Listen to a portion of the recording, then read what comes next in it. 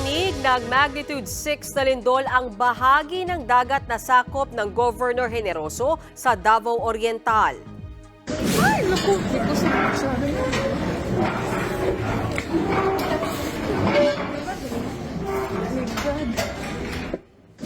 Napadock, cover and hold ang mga nasa Davao City Library and Information Center. Intensity 4 ang naranasan doon. Sa isa pang video, makikita namang sumasayaw ang tubig sa mga aquarium sa isang mall sa Davao City.